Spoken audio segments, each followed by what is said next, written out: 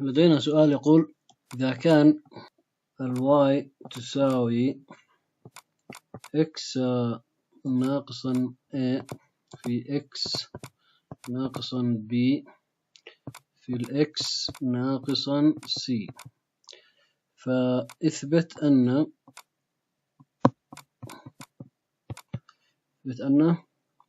الواي داش على واي تساوي 1 على x ناقص a زائدا 1 على x ناقص b زائدا 1 على x ناقص c. إذن نستطيع أن نكتب أو بأخذ اللوغاريتم الطرفين في هذا الطرف. إذن لن الواي بتساوي لن الإكس ناقصا A في الإكس ناقصا B في الإكس ناقصا C.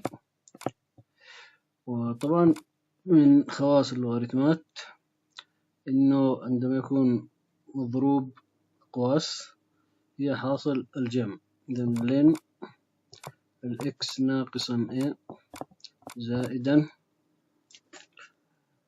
لن الإكس ناقصا B زائدا لن الإكس ناقصا C. طبعا الآن نقوم أو نجري الاشتقاق. إذن نشتق في الطرف الأيسر بيكون 1 على واي في واي داش، لأنه إحنا نشتق بالنسبة لإكس، وهنا المشتقة بتكون 1 على إكس ناقصا A مشتقة ما داخل القوس ب1 زائدا 1 على إكس ناقصا B زائدا 1 على إكس ناقصا C هو المطلوب.